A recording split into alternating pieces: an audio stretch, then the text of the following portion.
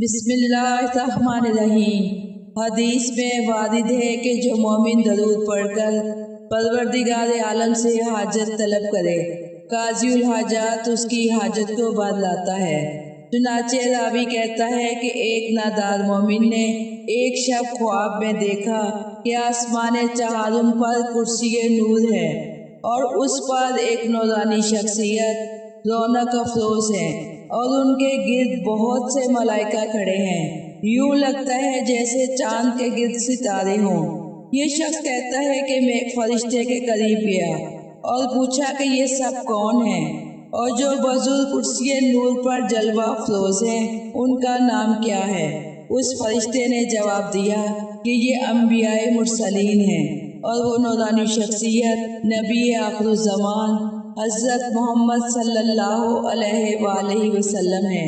वो शख्स कहता है यह खुशखबरी सुनकर मैं हज़रत के करीब गया, उन्हें जाके सलाम किया और अपनी नादारी की शिकायत की और अर्ज किया कि या हज़रत कोई ऐसी दुआ तालीम कीजिए कि परवरदिगार आलम उस दुआ की बरकत से मुझे आसमान से रिज़्क अता फरमाए। तो हज़रत ने इरशाद फरमाया कि ऐ शख्स तू मुझ पर और मेरी आल पर दरूद भेजा कर। ये शख्स कहता है कि जब मैं ख्वाब से बेदार हुआ, शब और रोज अपने औकात को दरूद पढ़ने में सर्फ करता था।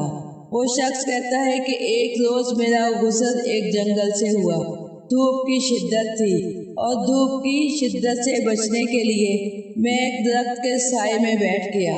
मेरे हाथ में एक छोटी सी लकड़ी थी और मैं बतौर शुगल लकड़ी के साथ उस मकाम की मट्टी हटाने लगा कि अचानक एक सरपोश जाहिर हुआ।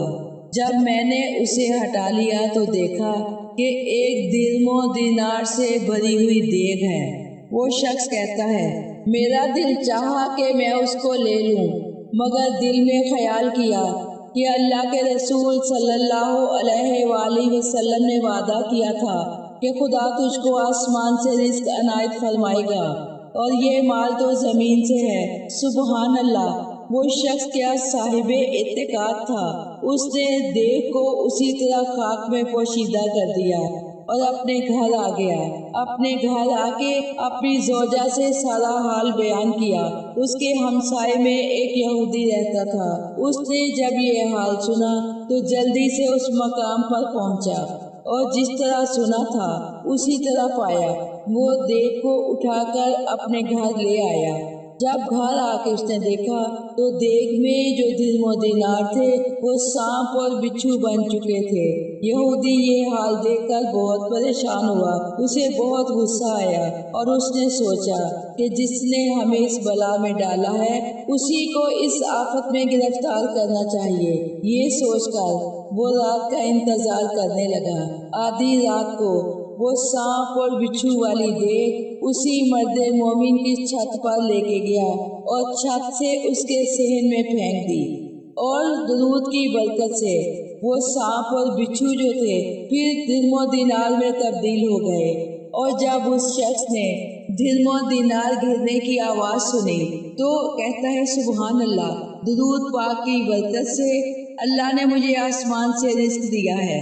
मुअज़्ज़ज़ सामीन, दुरूद शरीफ दुनिया और आखिरत के खजानों की चाबी है। इसे हर वक्त विर्दे ज़बान रखें या कम अज कम हर नमाज के बाद एक तस्बीह दुरूद पाक पढ़ने का मामूल बना लें तो इंशाअल्लाह ताला आपकी जिंदगी से तमाम मुश्किलात, तमाम परेशानियां, तमाम रुकावटें, तमाम बंदिशें टूट जाएंगी और तमाम हाजतें कबूल होंगी और रोज़े महशर हज़रत मोहम्मद सल्लल्लाहु अलैहि वसल्लम की शफाअत भी नसीब होगी।